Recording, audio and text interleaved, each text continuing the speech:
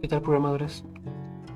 En esta ocasión les voy a traer un proyecto bastante interesante que es mover un motor de corriente directa con un control PID. El motor va a tener un encoder que nos va a dar una retroalimentación de la posición.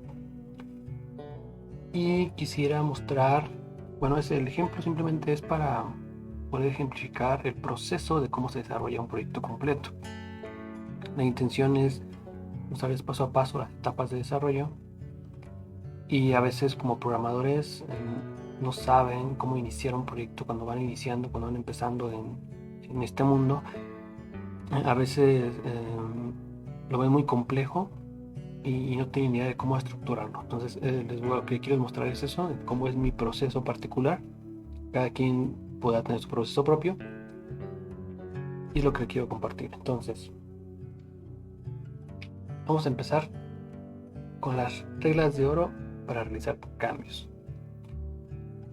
Podemos tener dos opciones, que es un proyecto nuevo desde cero, o muchas veces tenemos un proyecto ya empezado que hizo otra persona que nosotros tenemos que modificar, ya sea para arreglar algo o para agregar modificaciones, funcionalidades. Y para eso hay cosas muy importantes que deben de seguir si es que quieren evitarse muchos problemas. Número uno, hacer un respaldo. Siempre antes de empezar a hacer nada, un respaldo de las configuraciones, un respaldo de la base de datos, un respaldo del código fuente, con todo lo involucrado, todo lo más que puedan, hacer un respaldo. Número 2, que los cambios que hagan sean reversibles. Nunca hagan un cambio que no sean capaces de volver a deshacer. Si de repente el cambio no funciona, deben ser capaces de poder poner ese respaldo, que para eso lo hicieron, y que funcione con la condición anterior. Nunca hagan algo de lo que sepan que ya no hay vuelta atrás. Habrá situaciones muy particulares donde sea necesario, pero en la mayoría de los casos siempre debe ser posible regresar a la condición anterior. Número 3. Verifica que funcione. Me refiero a que funcione antes de modificar. Antes de que hagan un cambio, tienen que verificar el funcionamiento con la condición original. Muchas veces pasa que se hace un cambio y de repente nos reclaman errores que ya tenía arrastrando el código desde antes, pero al estar nuevos en ese proyecto pues no lo sabíamos, ¿no? Entonces asumimos que es de nuestro lado, cuando en realidad es algo que ya estaba así. Entonces hay que conocer bien el proyecto de cómo estaba trabajando, qué errores tenía, qué cosas sí funcionaban bien, qué cosas no, y verificar que funcione correctamente justo antes de hacer nuestro cambio.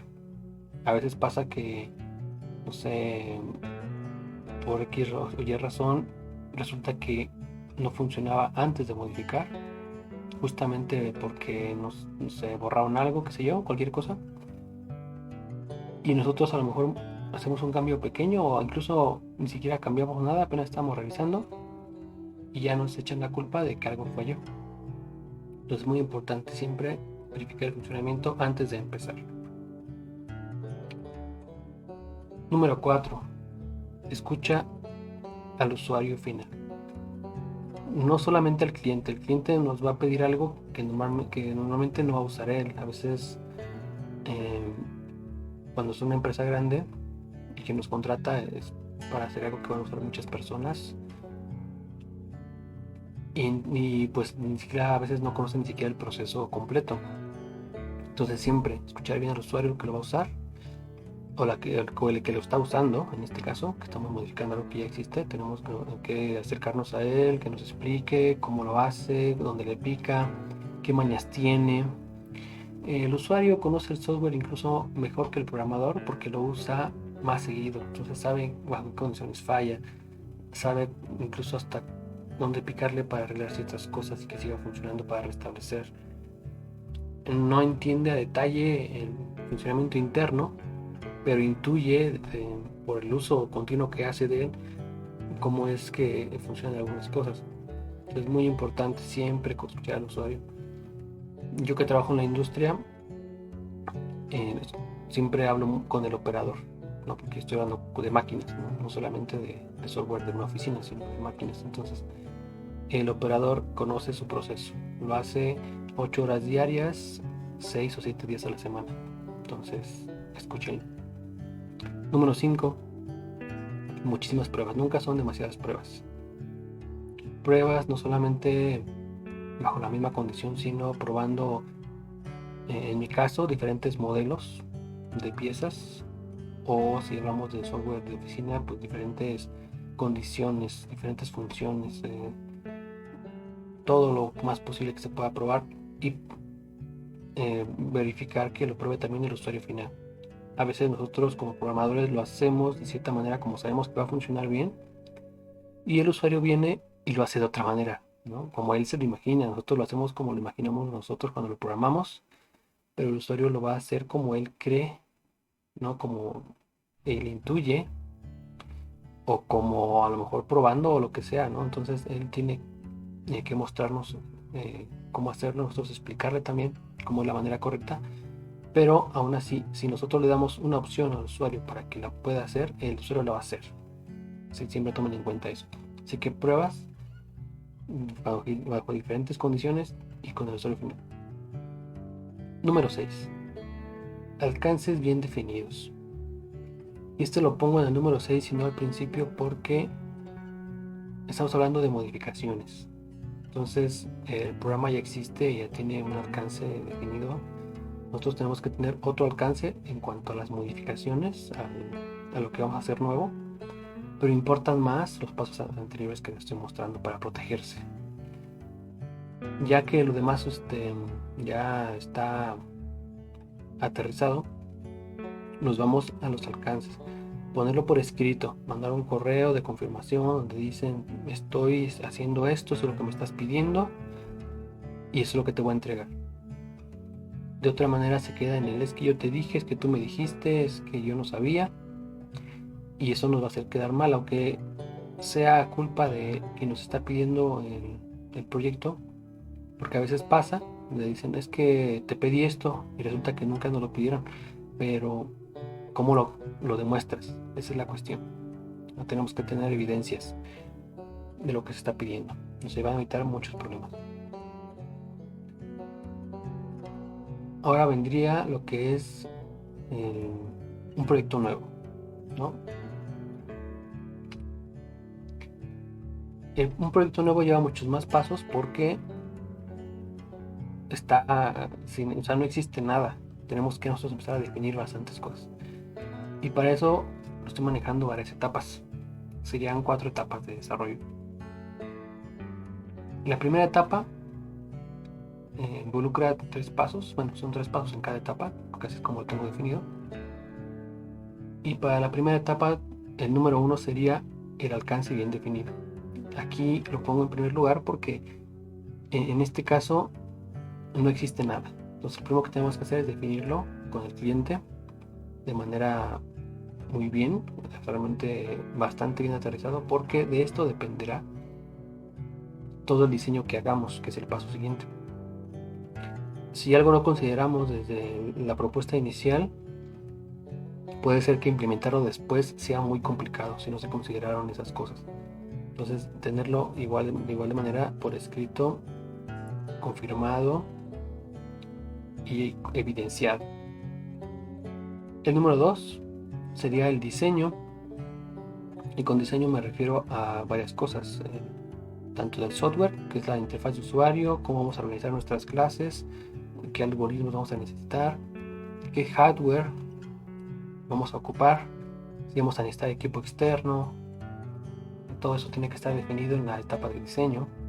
La base de datos, cómo la vamos a, cuál base de datos vamos a usar, ¿no? El diseño de la base de datos como tal la haríamos después, pero sí tendríamos que definir cuál vamos a ocupar. Y ya empezando a hacer el desarrollo, como etapa 3 tendríamos el modo manual. que sería en base al hardware que ya definimos, en base a los algoritmos que vamos a ocupar, empezar a crear funciones para cada cosa y probarlas por separado. Si tenemos una impresora, entonces voy a empezar a realizar las funciones para comunicarme con ella, a enviarle comandos, a imprimir pequeñas cosas. Si tengo una cámara, pues voy a empezar a mandarle comandos para que tomar las imágenes. Si tengo un escáner, pues voy a mandarle comandos para que lea algo y que me regrese algo. Todo eso por separado tenemos que tenerlo ya en modo manual. Si hablamos de una aplicación que está corriendo nada más en la computadora, que no tenemos hardware externo, aún así tenemos que tener ya funciones definidas. Si hablamos, por ejemplo, de un programa de contabilidad, pues entonces vamos a tener funciones contables de diferentes tipos y vamos a estar llamando una por una con los parámetros necesarios, y así con cualquier cosa que estemos trabajando.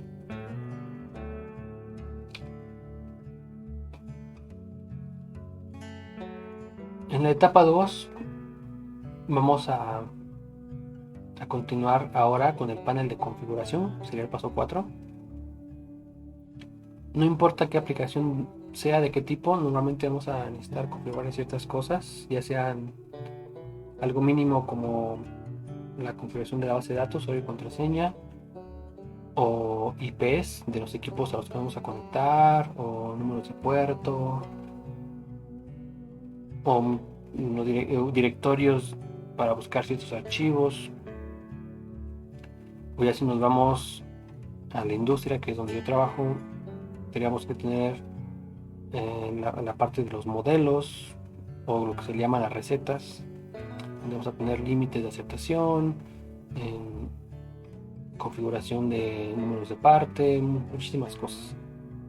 Entonces todo el panel de configuración va a estar definido antes de empezar el ciclo en automático, que sería el paso 5. ¿Por qué? Toda nuestra configuración, o más bien todo nuestro ciclo en automático, va a depender de lo que configuremos. No podemos tener un ciclo en automático si no hay una configuración que defina cómo va a ser ese ciclo. ¿Sí me explico? Nuestro ciclo en automático va a tener, no sé, digamos que 5 pasos, ¿no? En la configuración vamos a definir qué va a ser cada paso, o qué parámetros va a llevar cada paso, o en qué directorio va a buscar ciertas cosas en esos pasos. Entonces, el panel de configuración va primero. Y mucho dependerá de lo que hagamos en el panel de configuración, de cómo va a estar estructurado nuestro ciclo en automático. Ya sea de una máquina, que es con la que yo trabajo normalmente, o con un software cualquiera. Vamos a depender de ese flujo de trabajo de la aplicación, ese flujo de ejecución, de todo lo que tengamos configurado. Es muy importante. Después, paso 5, ahora sí, vamos a estructurar todo nuestro programa. Ya que tenemos todas las funciones en modo manual, pues lo vamos a integrar ahora de manera integral, y dependiendo de nuestro panel de configuración y dependiendo ya de los datos reales que, que vamos a estar usando, ya sea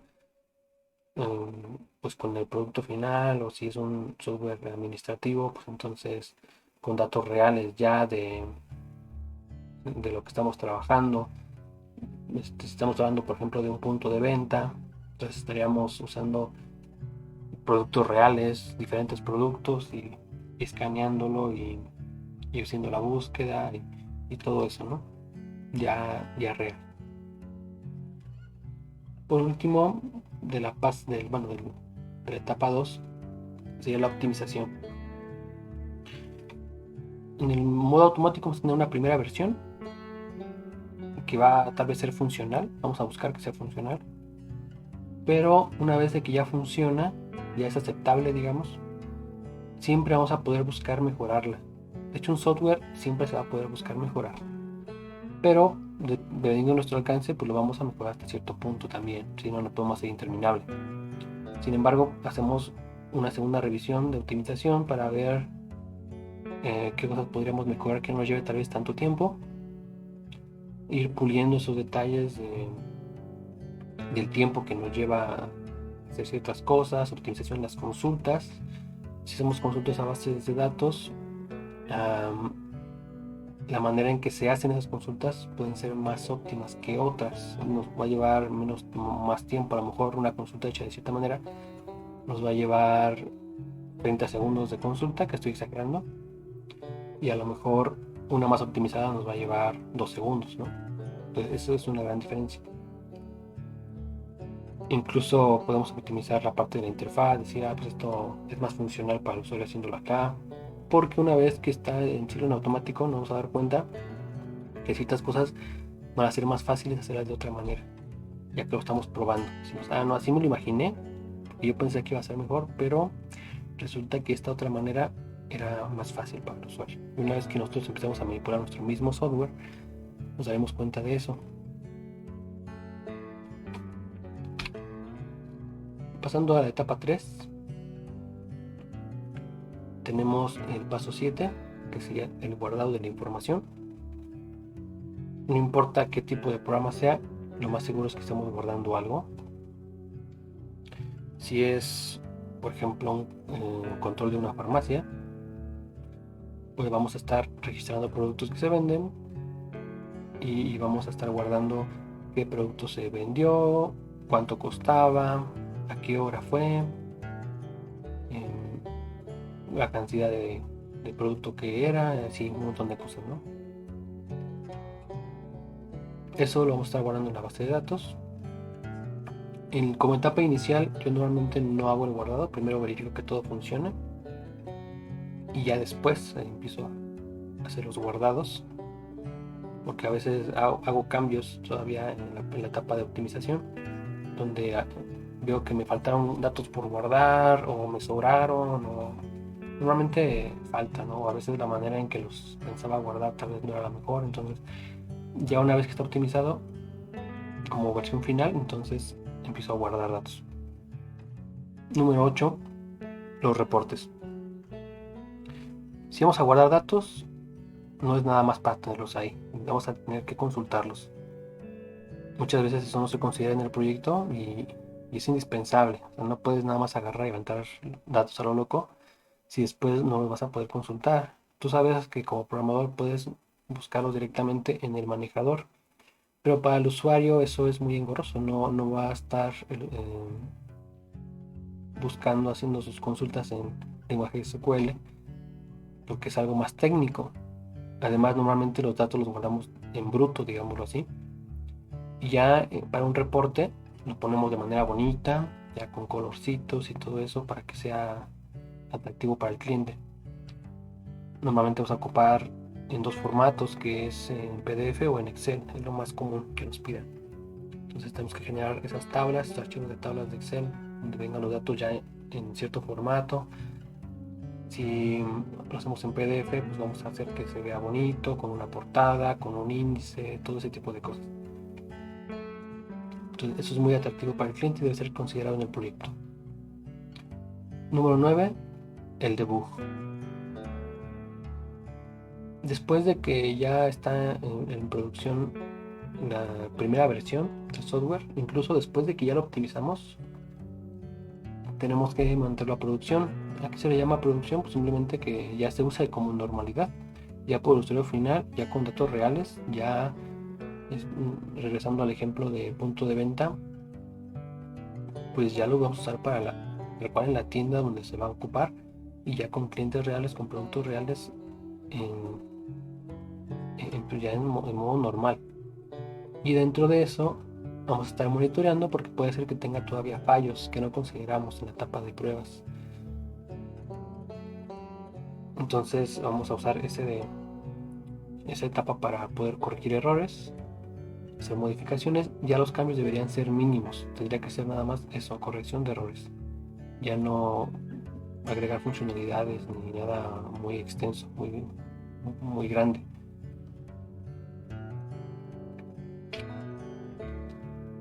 Como última etapa, que es la etapa 4, básicamente son los entregables. Ya se probó, ya está en producción, ya se corrigieron los errores. Ahora vamos a la validación, que es el paso 10. es muy importante dejar una constancia de que el programa se probó y que ya se entregó, que cumple con todo lo que nos pidieron, y para eso es que se valida. Se pide una constancia, ya sea un correo o algo más formal, eso no importa, pero tiene que estar por escrito donde digan: esto te entregué, tú ya lo probaste y me dijiste que estaba bien. Al menos que te digan: no, pues resulta que te faltó esto. Bueno, pues entonces pues lo pasamos a la etapa donde teníamos la documentación de lo que se pidió, y vamos a ver si es cierto que eso se había pedido. Si no se pidió, entonces se tendrá que cotizar aparte. No, pues es que esto no me lo pediste. Aquí está la constancia de lo que me pediste originalmente, entonces eso no estaba considerado. Ya se mete como una modificación, ¿sí? Ya esa parte. En cambio, en caso de que sí estaba dentro de los alcances, entonces bueno, pues se los habrá pasado a hacerlo y habrá que hacerlo, ni modo. Pero bueno, para eso veremos que habría que poner más atención en las etapas iniciales. 11. La documentación. Es algo que nos da mucha flojera, la verdad, pero es necesario. Muchas veces nos lo exigen. Y cuando no nos lo exigen, pues no lo hacemos, pero es bueno tenerlo incluso para nosotros mismos. A veces tenemos proyectos de hace años, de hace 5 años, y que ya no nos acordamos de muchas cosas, de equipos viejos incluso. Entonces hay que documentar bien todo.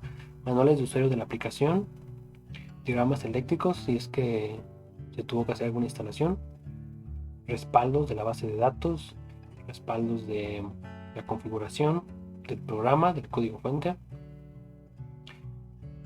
Se tiene que dejar un respaldo al cliente, pero también un respaldo tenerlo nosotros en caso de que se requiera hacer alguna cosa, o digamos que imagínense que la computadora se murió completamente, le cayó un rayo, un apagón, lo que sea, y se murió y no es rescatable. Entonces tenemos nosotros nuestro respaldo para poder restablecer eso.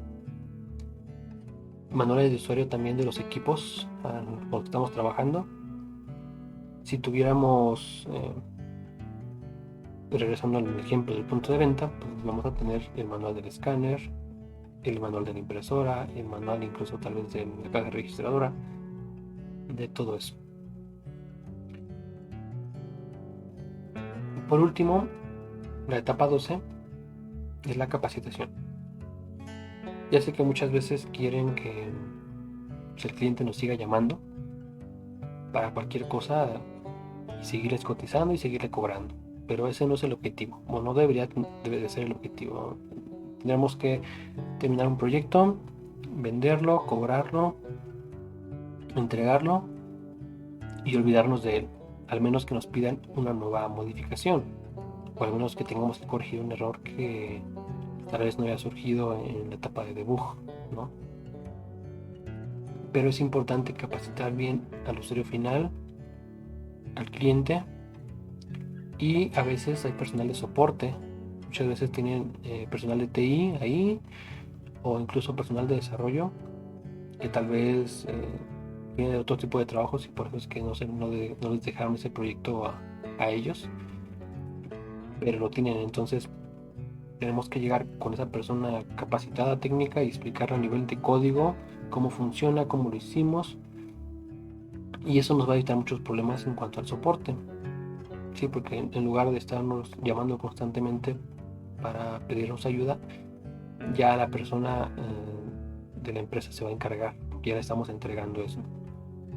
Pues ese entrenamiento es importante. Y yo sé que a veces queremos que nos estén llamando a nosotros, pero entiendan que a veces vamos a estar ocupados en proyectos nuevos, y es más rentable estar trabajando en un proyecto nuevo que estar dando soporte a proyectos viejos. Eso créanme que lo he vivido y es mejor así. Es muy sano dejar capacitada a la gente en el sitio donde se dejó el proyecto, y que ellos lo entiendan por lo menos a nivel de restablecer, incluso hacer cambios menores.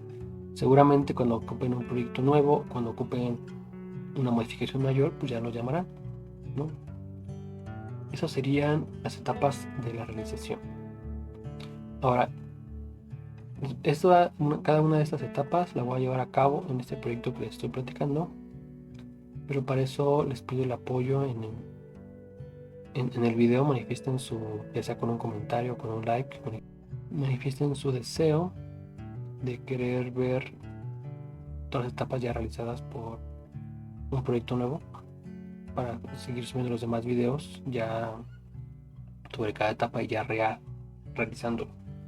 Por lo pronto les voy a adelantar un poquito de lo que sería el inicio, que tenemos la etapa 1, que es la definición del proyecto, y para eso estoy definiéndolo como un control PID para movimiento de motor de corriente directa. Los alcances van a ser que voy a tener un control de dirección del motor, un control de posición del motor, un control de velocidad del motor y un consumo de corrientes del motor. Sí, todo sobre eso. Voy a poner un ciclo en automático donde le dé un start, el motor se mueva a una posición específica. Voy a medir su consumo de corriente, voy a guardar esos datos en una base de datos y después voy a consultarlos también. Para eso ya diseñé cómo es que lo voy a realizar. Tengo la definición de los componentes y me faltaría, bueno, ya como siguiente etapa, la interfaz del diseño y el diseño mecánico. Como componentes de hardware voy a usar un motor con encoder. Ya los venden así, entonces va a ser lo mejor en este caso que comprar el motor por separado y comprar un encoder.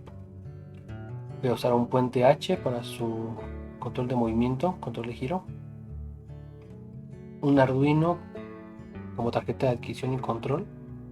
Voy a usar sus entradas y salidas analógicas, las entradas analógicas para el consumo de corriente y sus salidas digitales para controlar el puente H, y también entradas digitales rápidas para la parte del encoder.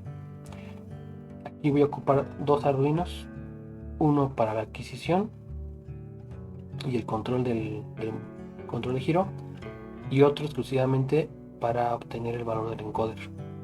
Esto porque no puedo hacer todo al mismo tiempo, perdería velocidad de adquisición. Eso haría que sea impreciso la parte del movimiento. Entonces voy a usar dos Arduinos, uno para cada cosa.